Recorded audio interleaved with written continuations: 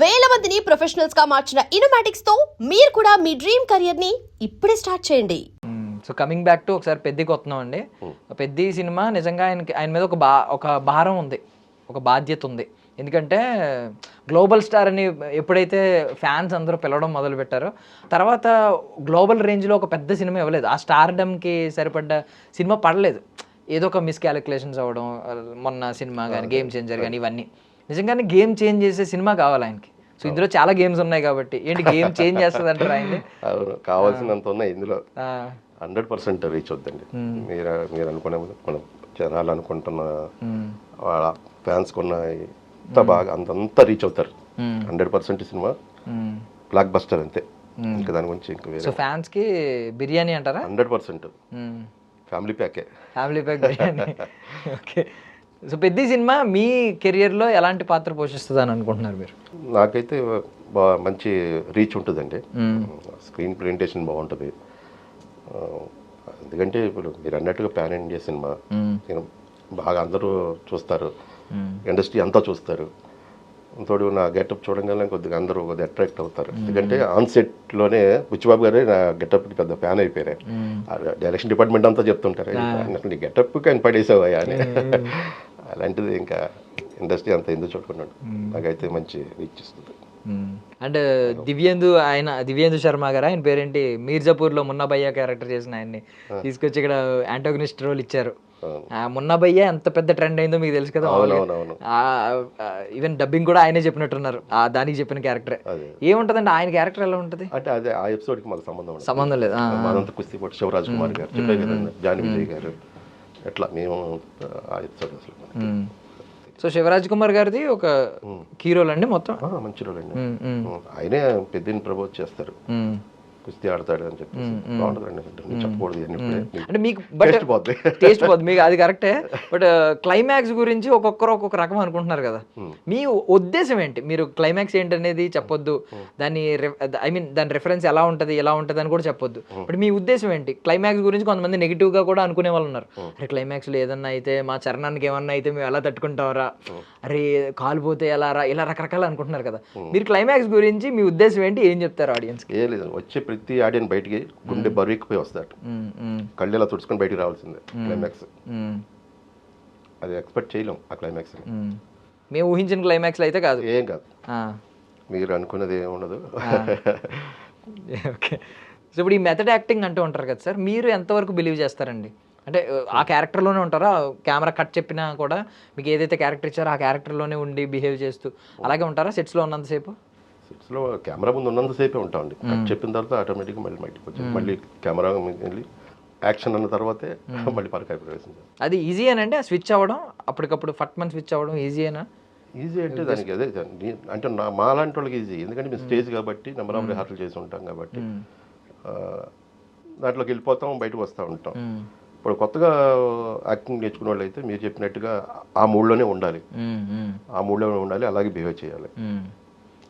అలాగే అల్లు అర్జున్ గారు పుష్ప టైంలో ఆయన కెమెరా ముందు కాదు కదా, పక్కన కూర్చున్నా కూడా అదే మూడ్లో ఉంటారు. ఇలా పెట్టుకునే ఉండేవారంట ఉండేవాళ్ళు. అంతా అసలు ఆయన ఆ మూడే, ఆ లుక్ అలా చూడటం అందులోనే ఉండేవాళ్ళు. అందుకని ఎవరిని డిస్టర్బ్ చేసేవాళ్ళు కాదు, దగ్గరికి వెళ్ళేవాళ్ళు కదా ఎవరు. మిస్ అయిన హీరోలు ఎవరు సార్ మీరు యాక్ట్ చేయకుండా, ఐ మీన్ చెయ్యాలి అనుకున్నాడు? చిరంజీవి గారు. ఆయన పేరు ఎంత చెప్తున్నారు మీరు. ఇంకా మిస్ అయిన వాళ్ళు ఎవరైనా ఉన్నారా? ఇప్పుడు సూపర్ స్టార్స్ గా కన్సిడర్ అవుతున్నారు. ప్రభాస్ గారు, మహేష్ బాబు గారు, ప్రభాస్ గారు స్టార్ హీరోల్లో. ఓకే, మహేష్ బాబు గారు, ప్రభాస్ గారు కూడా లైనప్ లో రావాలి. వాళ్ళు ఎప్పటికైనా వస్తారు, కానీ చంద్రీ గారితో ఫస్ట్ వచ్చారు. చాలా చాలా ఐ మీన్ ఆ కోరికలో కూడా చాలా స్వార్థంగా, చాలా క్లారిటీగా ఉన్నారు. ఫస్ట్ చిరంజీవి గారితో అయిపోవాలి అని చెప్పి. అవ్వాలి సార్, మేము కూడా ఐ డ్రీమ్ తరపు నుంచి మీ డ్రీమ్ నెరవేరాలని కోరుకుంటున్నాం సార్. సో మీ వర్క్ ఫిలాసఫీ ఏంటండి, సిద్ధాంతం ఏంటి, పని సిద్ధాంతం? మీరు ఏం లేదండి, నమ్మకంతో పనిచేయాలి, ఇష్టంతో పనిచేయాలి, ఏ పనైనా చేయండి. ఇండస్ట్రీయే కాదు, ఇప్పుడు నాకు నచ్చిన ఫీల్డ్లోకి వచ్చాను కాబట్టి ఇక్కడ ఎన్ని కష్టాలు ఉన్నా నాకు పెద్ద లెక్క చేయవు. ఎందుకంటే ఇష్టంతో పని చేస్తాం, కష్టమైనా సరే. అట్లాగే నువ్వు ఎంచుకున్న ఫీల్డ్ ఏదైనా కానివ్వండి, ఇష్టంతో పని చేయటం నేర్చుకుంటే ఎప్పటికైనా లైఫ్ గోల్ రీచ్ అవుతాం అన్నది నా ఫిలాసఫీ. మీకు పిల్లలు ఎంతమంది? 2 అమ్మాయిలు, 2 జాబులు చేస్తున్నారు. ఎవరైనా బిగినింగ్ డేస్లో ఎందుకు మనకి ఇవన్నీ అని చెప్పి అన్ని ఇప్పుడు ఈ రోజు మీ సక్సెస్ చూసి వాళ్ళే పొగుడుతున్న వాళ్ళు ఎవరైనా ఉన్నారా? అంటారు కదండి, ఈ మొహం చూసుకున్నాడు ఏంటి అర్థంలో అంటారుగా. మనం హీరో వేషాలు చేయడానికి రావట్లేదు ఇండస్ట్రీకి, నా తగ్గ వేషాల కోసం వచ్చానని నేను చెప్పుకున్న సమాధానం నేను చెప్పుకున్నాను. ఈరోజు సక్సెస్ చూసి ఏమంటున్నారు? ఆనందపడే వాళ్ళు ఉంటారు, బాధ ఏడ్చేవాళ్ళు ఉంటారండి. పట్టించుకోవాలి. మనం ఎదగాలంటే వెనకేమనుకుంటున్నారు, వెనక్కి తిరిగి అనుకుంటారు, 2 నిమిషాలు వేస్ట్ అవుతుంది. ముందుకు వెళ్ళిపోతూనే ఉండాలి. పొగడ్తలు పడుతున్నాం, తిట్లు పడతాం, అన్నీ పడతాం. అదేదో రోజు మనం నిలబెట్టిన రోజు అందరూ వస్తారు దగ్గర. సో ఇప్పుడు ఇంకొక 50 ఏళ్ళ తర్వాత మీకు ఐ మీన్ మీ క్యారెక్టర్లు అన్నిటిలో మీరు ఒక నటుడిగా మీకు ప్రౌడ్ అన్నీ మిమ్మల్ని మీకు ప్రైడ్ తెచ్చిపెట్టిన క్యారెక్టర్సే ఉన్నాయి. బట్ ఒక 10 ఏళ్ళు, ఒక 20 ఏళ్ళు, ఒక 30 ఏళ్ళ తర్వాత మీకు ముందు గుర్తొచ్చే ప్రాజెక్ట్ ఏంటి సార్? ఫస్ట్ ఇప్పుడు చేసే ప్రాజెక్టులు అన్నిటిలో ఈవెన్ ఇప్పుడు షూటింగ్లో ఉన్నవి, ఆల్రెడీ చేసేసినవి, రిలీజ్ అయిపోయినవి, రిలీజ్ అవుతున్నవి అన్ని. అంటే 50 ఏళ్ళ తర్వాత ఇంకొన్ని చేసి ఉంటాను ప్రాజెక్ట్. అయ్యో చాలా డిప్లొమాటిక్ ఆన్సర్ ఇచ్చారా? అంతే కదా, మరి అప్పుడు ఇంకా ఏ ప్రాజెక్టులు ఉంటాయి కదా. ఇప్పుడు ఏ ప్రాజెక్ట్ చెప్తే ఎవరు ఫీల్ అవుతారా అన్నట్టు చాలా తెలివిగా మీరు అడిగిన క్వశ్చన్ లోనే ఆన్సర్ ఉంది. ఒక 50 ఏళ్ళ తర్వాత అన్నారు, ఇప్పుడు అన్నారు అనుకోండి, నేను చెప్పడం ఇప్పటి వరకు చెప్పండి పోనీ. చెప్తాను కొంచెం టర్న్ ఇచ్చింది అంటే చిన్న పెద్ద స్కేల్ అన్ని కాకుండా నటుడిగా మీకు అది ఇచ్చిన సంతోషం ఏది ఇవ్వలేదు అనేది ఉంటుంది కదా ఒక ప్రాజెక్ట్. ఏం ప్రాజెక్ట్ అండి? టక్ జగదీష్ శివ నిర్వాణ గారు వాళ్ళ వరకు ఫోన్ చేస్తున్నానంటే ఆ సినిమాలో ఆ క్యారెక్టర్ నాకంటే ఒక పెద్ద గుర్తింపు ఇచ్చింది అది. Super sir, super.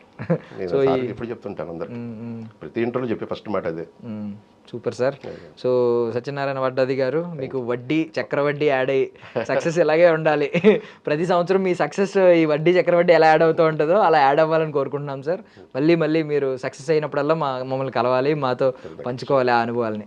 Thank you so much sir, మీ విలువైన సమయాన్ని ఇచ్చినందుకు. Thank you very much. And for more videos, Please subscribe to iDream channel. Subscribe to iDream Media. Please subscribe to iDream. Please subscribe to iDream. Please subscribe iDream. And please subscribe to iDream.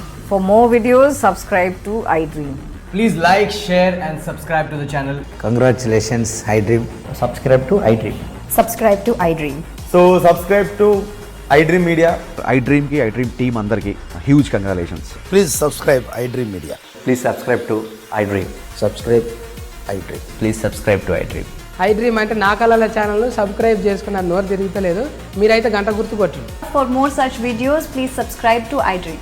Subscribe to iDream. Please subscribe to iDream. Please subscribe iDream Media. Please do subscribe to iDream. Please subscribe to iDream Media. For best entertainment and information, please subscribe iDream. And don't forget to subscribe to iDream.